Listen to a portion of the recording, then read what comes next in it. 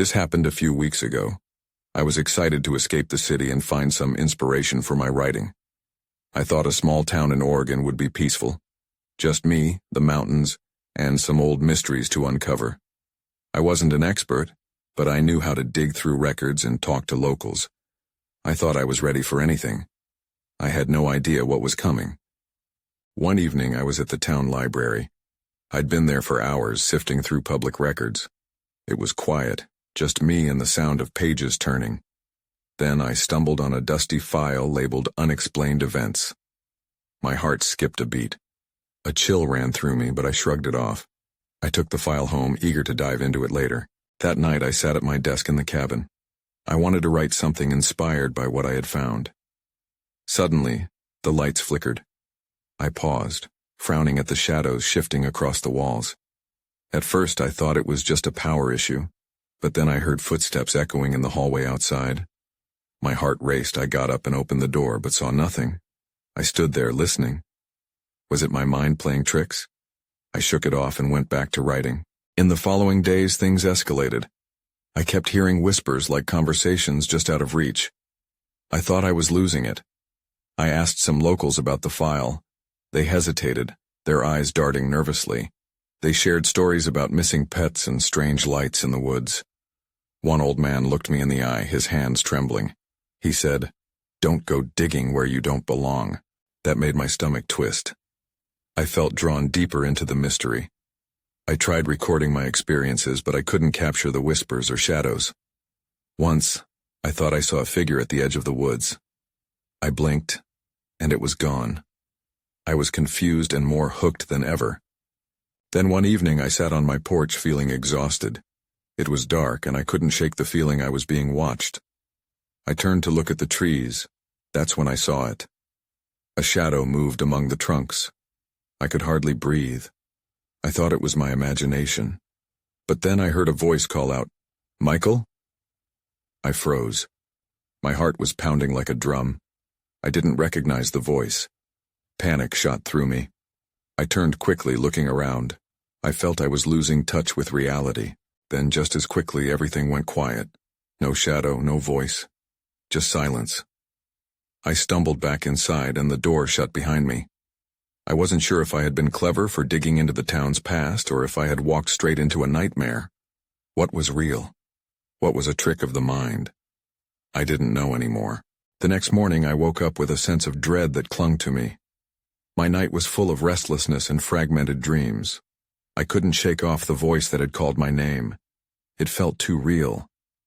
I sat at my desk, staring at the Unexplained Events file. I knew I needed to confront whatever was happening. After a quick breakfast, I decided to head back to the library. I hoped to find more clues about the events that had been recorded. As I walked, I noticed how still the air felt. No birds chirped, no rustle of leaves. It was unnaturally quiet, and I felt the unease creeping back. When I arrived at the library, I spent a few hours going through the archives again. Most of the records were mundane, but then I found something odd.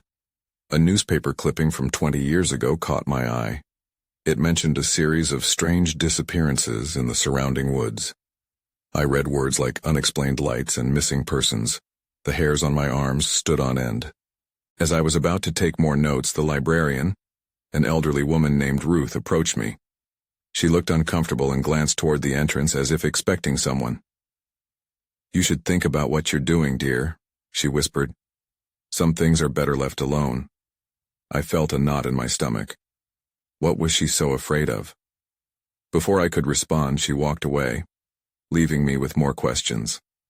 There was evidently a deeper history here, one people were hesitant to discuss. I took the newspaper clipping and left the library, feeling more determined than ever. I needed to talk to someone who might know more. I remembered the old man who had warned me before. His name was Samuel, and he lived on the outskirts of town. I decided it was time to pay him another visit. Driving to his place was disconcerting.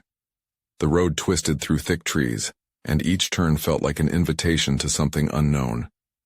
As I approached his small cabin, I noted the surroundings felt eerily silent again. No wind, no sounds of life. I knocked on the door, but there was no answer.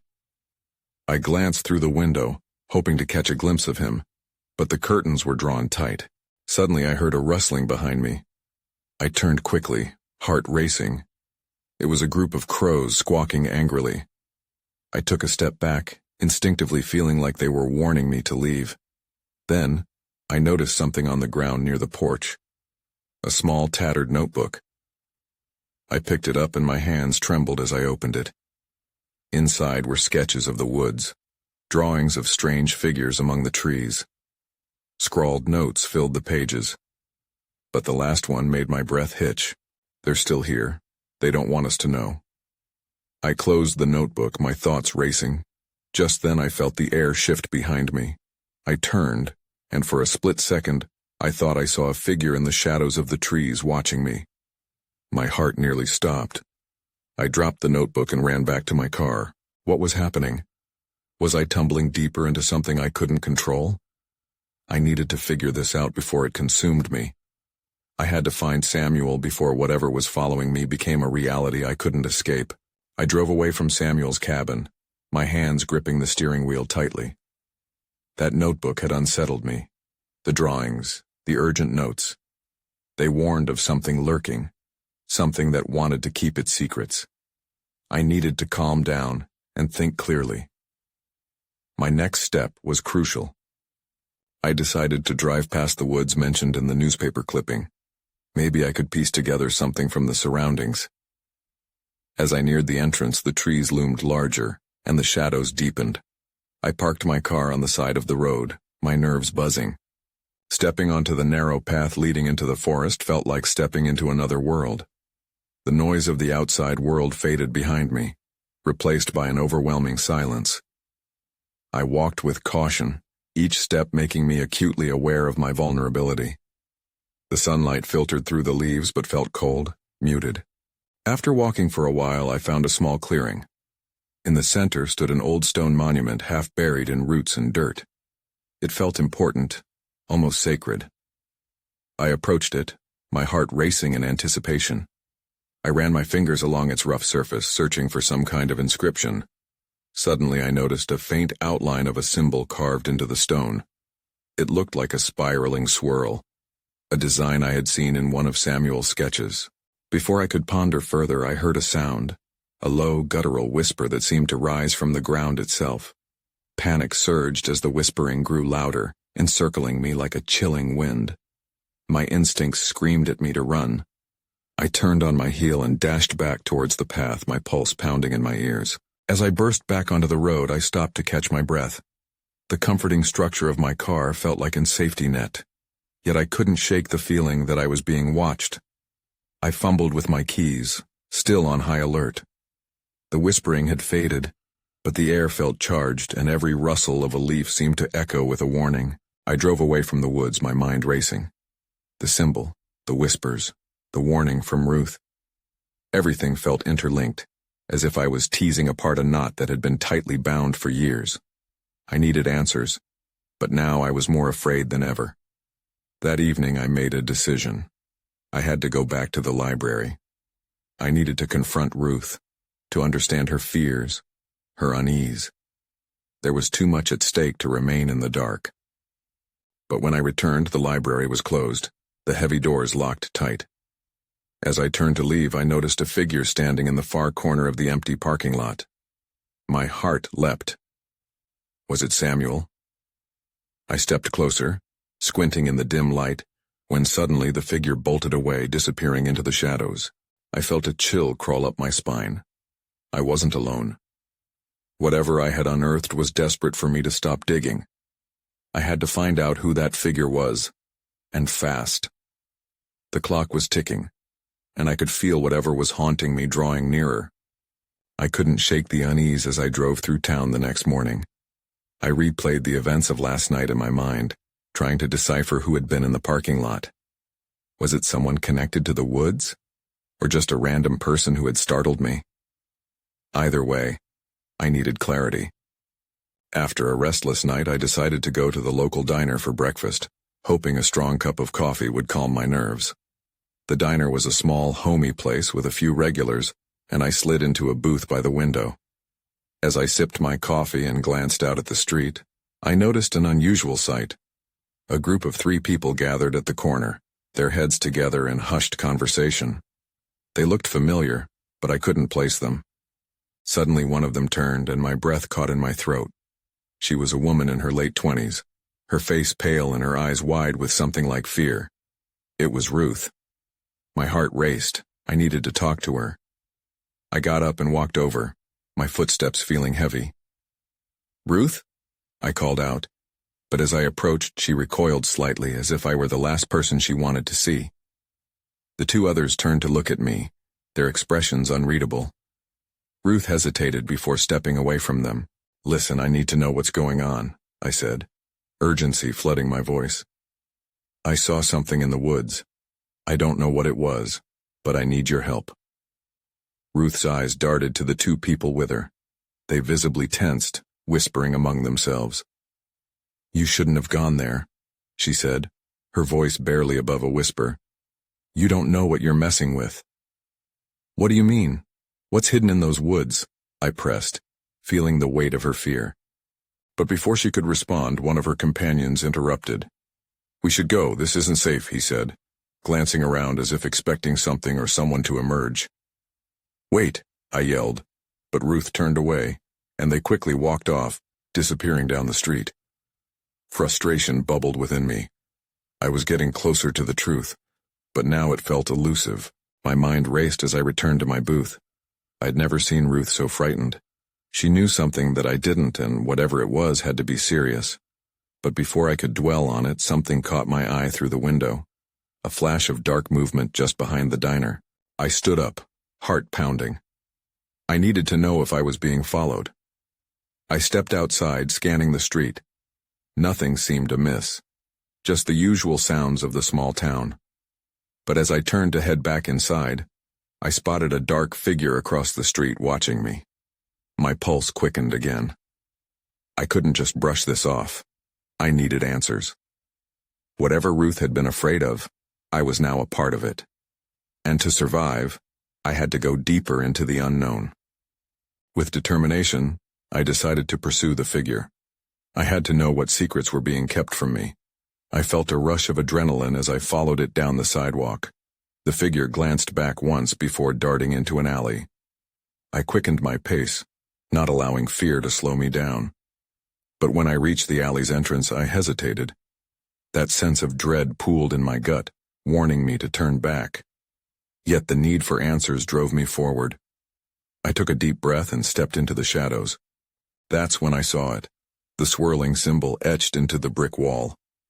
The symbol was unlike anything I had ever seen.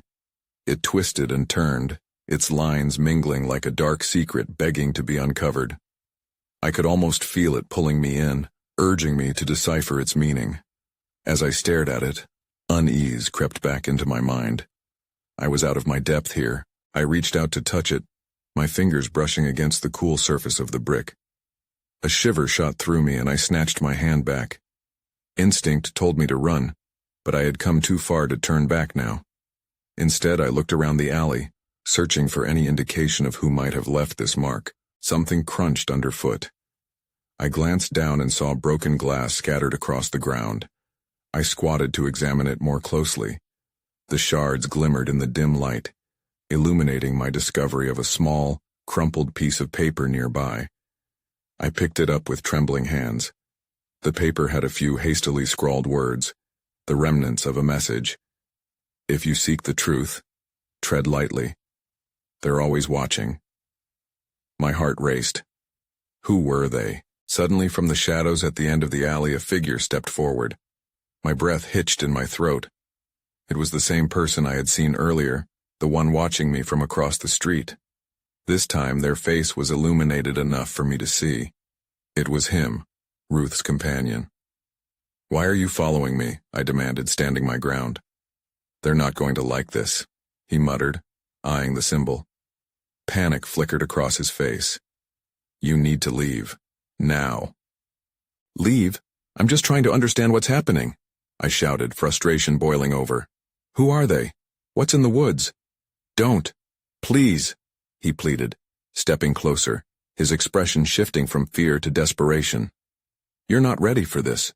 You should never have come here." Before I could respond, a low rumble echoed from deeper within the alley, vibrating the ground beneath my feet. I turned, half expecting something to leap out at me. The air thickened around me. The feeling of being watched intensified. "Let's go," he urged again, gripping my arm tightly. "It's not safe. You're not safe." I tore my gaze from the swirling symbol, my mind racing. With reluctant agreement, I followed him out of the alley and into the street, the feeling of dread trailing behind me. As we reached the diner again, my heart sank. The regulars were gone. There were no sounds of clinking dishes or low conversations. The place felt abandoned, the silence heavy around us. "What happened?" I asked, fear creeping back in. He glanced around nervously. "They knew you were here.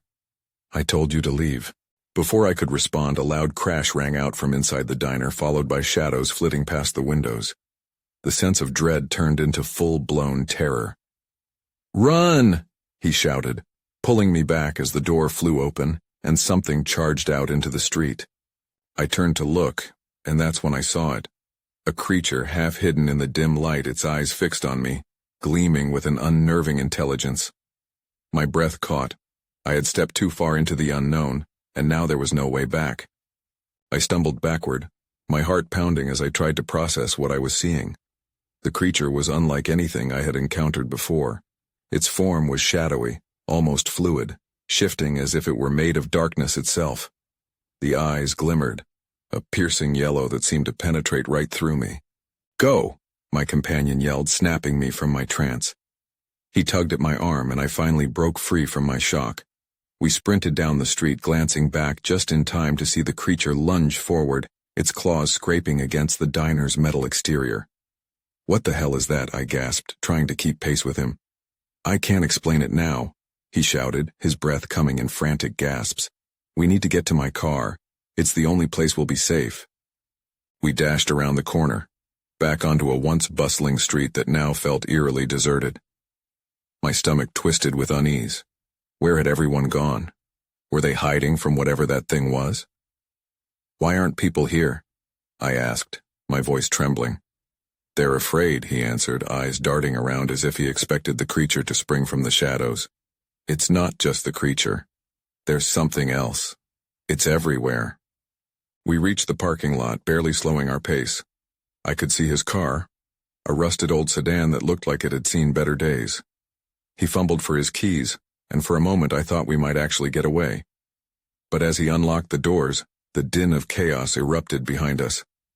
I turned to see the creature darting down the street, faster than anything I had ever witnessed, weaving between the parked cars with unnatural grace. The feeling of dread tightened in my chest. "Get in," he shouted, and I didn't hesitate. I dove into the passenger seat, fingers clutching the door handle. He jumped into the driver's seat beside me, slamming the door shut just as the creature reached the car.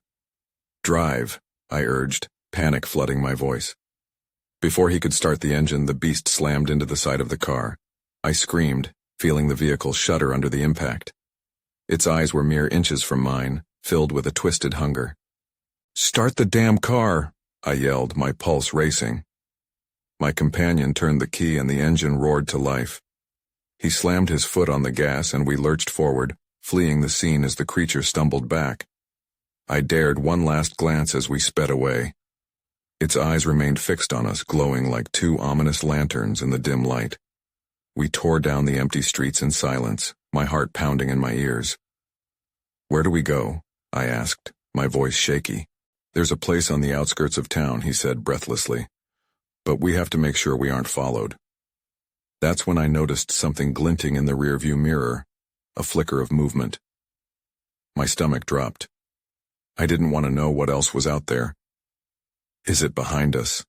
I whispered. He didn't answer right away, gripping the wheel tighter as he leaned forward. Then he nodded, eyes wide with fear. "Hold on." The car picked up speed, my pulse racing along with it. The night stretched ahead like a dark abyss, and I knew we were still far from safe. The tires screeched against the pavement as he swerved to avoid a pothole. I could feel the adrenaline coursing through me, but it only masked the heavy dread settling in my chest. The shadowy figure seemed to loom closer in the rearview mirror, moving unnaturally fast. Each flicker of movement sent chills down my spine. "What's that thing?" I asked, barely above a whisper, terrified it might hear me. "I don't know," he admitted, eyes locked on the road ahead. "But it's not the only thing we have to worry about. It's not just that creature. There are others. I saw them last week." I glanced at him sharply, confusion mixing with fear. "Others? What do you mean? What did you see?"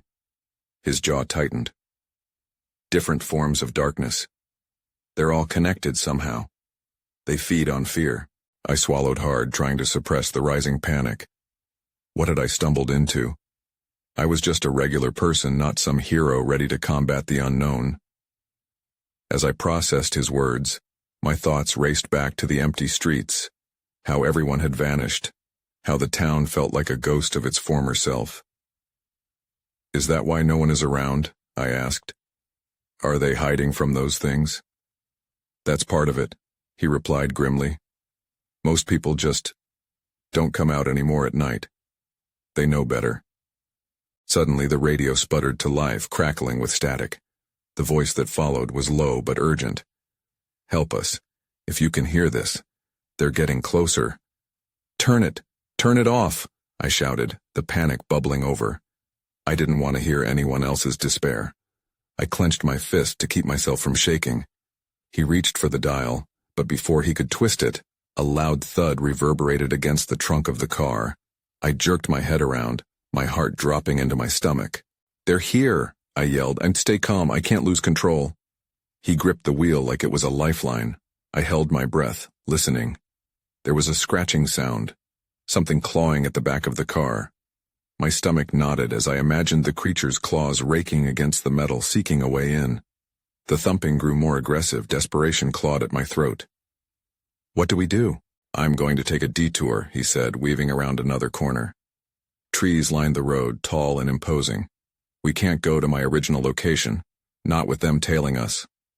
Just then, the headlights flickered. The engine sputtered. "No! No! Don't stop!" I cried, panic rising like a tide. The car jolted before I heard it, a deep growl, vibrating my chest from somewhere behind us.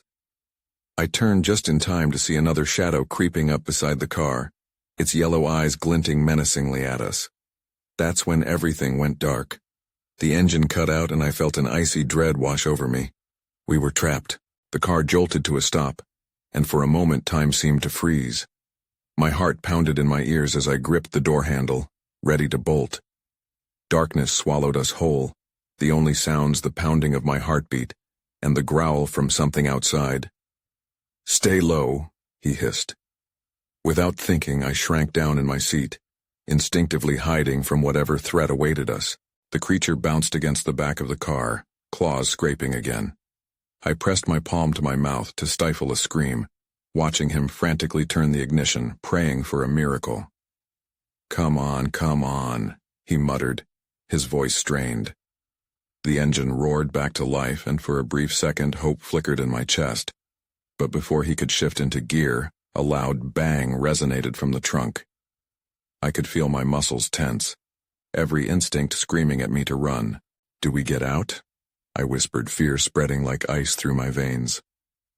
"What do we do?" "Not yet," he replied, eyes darting to the rearview mirror. "I need to know what we're up against first." With a shaky breath, I pulled myself up just enough to peer through the back window. A pale hand, long and bony, gripped the frame, clawing at the metal. I felt bile creep into my throat. I wanted to look away, but I was frozen. "Whatever you do, don't make a sound," he whispered. My eyes widened as the other shadow appeared. A second creature, its eyes burning bright, emerged from the tree line. This one was larger, bulkier, moving with a predatory grace. "We need to move now," I urged, my voice breaking. He slammed the gear into drive just as the creatures lunged. I braced for impact, but we sped forward, tires spinning against the gravel. I thought we'd escaped, that we were safe. But the car swerved, and I saw the first creature sprinting alongside us, keeping pace effortlessly. "Just hold on," he yelled, gripping the wheel hard. The road twisted like a serpent, and I struggled to stay in my seat. It felt like the woods around us were closing in, branches reaching like fingers, trying to snatch us. I glanced at him, desperation in my eyes. "Where are we going?" "There's a place," he said. "A safe house. It's our only shot." I didn't question him. I only nodded. But as we rounded another corner, I saw the shadows multiplying, slinking along the edges of the headlights. "There's too many of them," I shouted. He pressed the gas, but the car bucked violently, struggling against the terrain. Just then the headlights caught something glistening ahead, a break in the trees. "Turn there," I pointed, instinct taking over. He yanked the wheel, and the car veered off the road. Momentum sent us crashing into the thicket. The impact jolted through me, but we skidded to a halt surrounded by darkness. "You okay?" he asked, glancing at me with concern. "I think so," I said, trembling. But before I could catch my breath, a faint echo of laughter drifted through the trees, chilling me to the bone. "That wasn't us," he said, eyes wide. I felt the dread clawing up my throat. Someone, or something, was watching us. The laughter faded, leaving an unsettling silence. I could almost hear my pulse echoing in my ears. I glanced at him, searching for reassurance, but his expression only mirrored my fear. "Did you see where they went?" I whispered. He shook his head, panic flickering in his eyes. "No, but we can't stay here." Before I could respond, the car rocked violently. I flinched as something pounded against the hood, metal crunching under force. My heart sank. "Get back!" he shouted, leaning over me to shield me with his body. I dropped down, cringing as clawed hands raked across the windshield. The world outside morphed into a blur of shadows and menacing shapes. "Drive!" I yelled, my voice barely a whisper against the chaos. "Not until they're off," he retorted, fists clenched around the steering wheel. He glanced through the window, eyes fierce with determination. I bit my lip, knowing the longer we stayed, the worse it would get. Suddenly, a loud crack resonated around us, the eerie laughter rising again, but now accompanied by a chorus of low growls. It was as if they were communicating, each sound layering on top of the last. My stomach dropped. "Get ready," he yelled, and I barely had time to brace myself before he slammed the gear into drive. The car lurched forward, tires spinning wildly against the uneven ground. I could see the shapes falling back, but that only lasted a moment. They quickly swarmed again. One darted to the side, clawing at the passenger door. I shrieked, my hands instinctively reaching for the locks in a futile attempt to secure myself. "Hold on," he shouted again, barreling through the makeshift path. Twigs snapped and branches whipped past us as we tore through the thicket. My breath came in shaky gasps. Then the forest opened up, and suddenly, we were in a clearing. Moonlight flooded the area, revealing more shadows shifting in the trees. They were waiting. "Where is this safe house?" I gasped, desperation cutting through the haze of panic. "It's just past—" he started, but before he could finish, the ground beneath the car rumbled. I gripped the seat, fear anchoring me as something massive shifted a few feet away, almost like a shadow breaking free. "Look out!" I screamed, pointing ahead. He swerved, but it was too late. A huge hulking figure lunged from the shadows, its glowing eyes locked on us. It wasn't just a creature, it was a beast, a nightmare given form. "Go, go, go," I cried as he slammed the gas down. The engine roared and we shot forward, but the beast was right on our tail. I could nearly feel its breath against the back of my neck. As we sped toward the edge of the clearing, something in the distance caught my eye. A faint light flickered, a beacon of hope nestled within the woods. "Over there," I shouted, pointing again. He nodded and we veered toward it.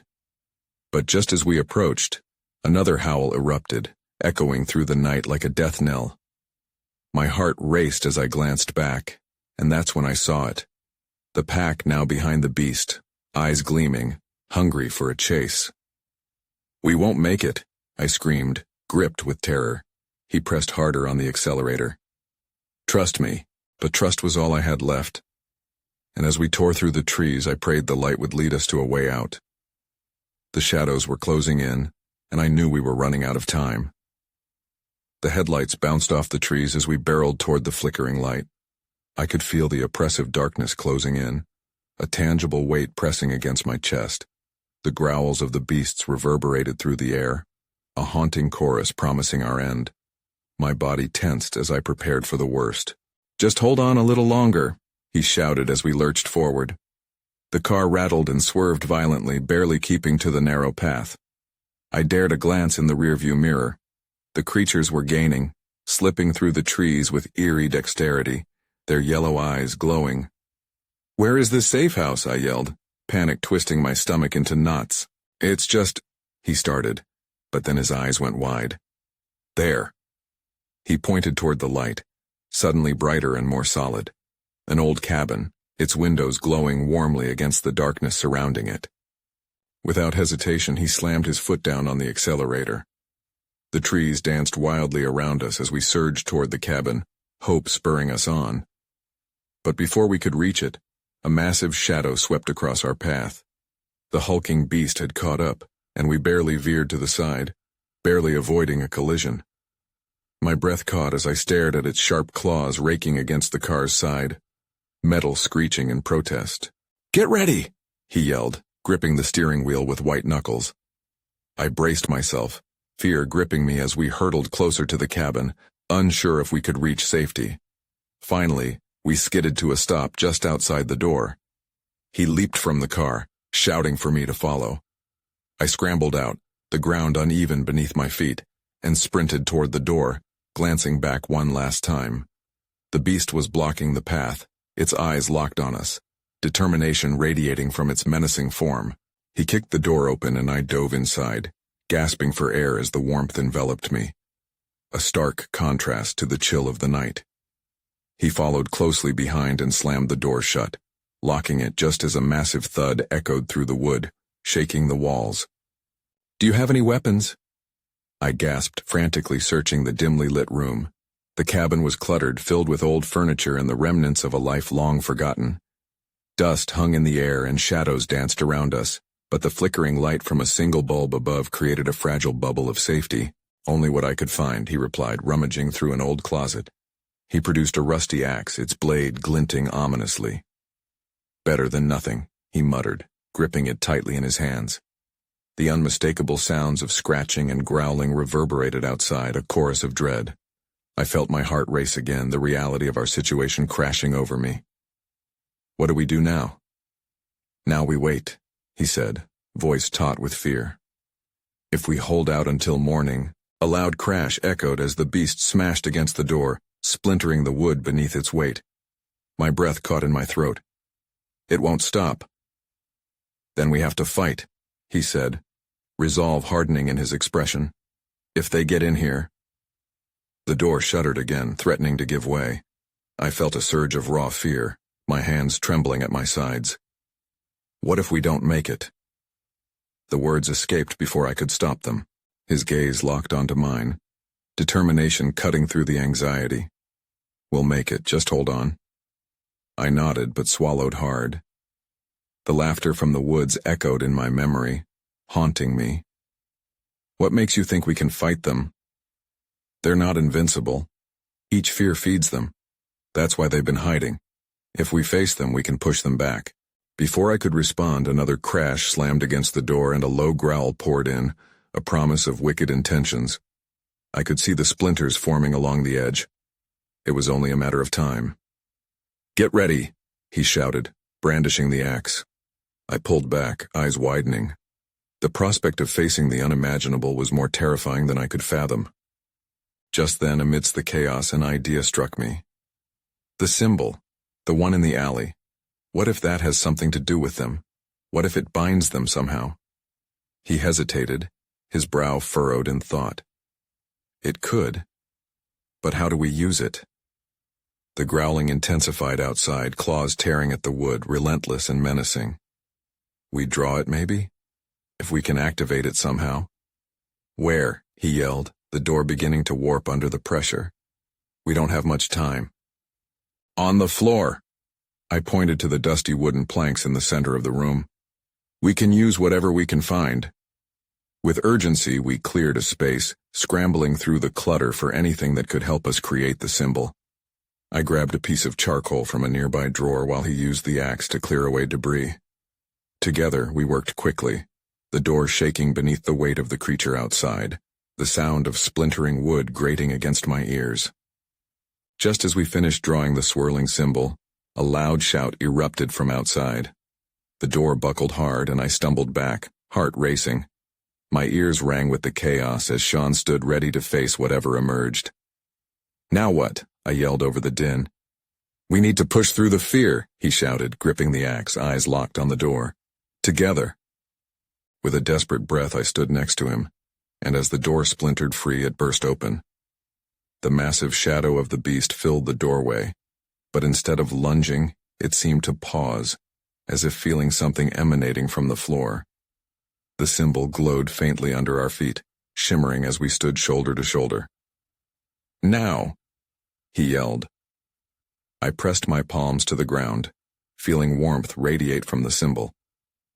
We had to concentrate, to push every ounce of courage we had to break through. In that moment, the world narrowed down to us and the darkness, our fears swirling like a tempest around the glowing symbol.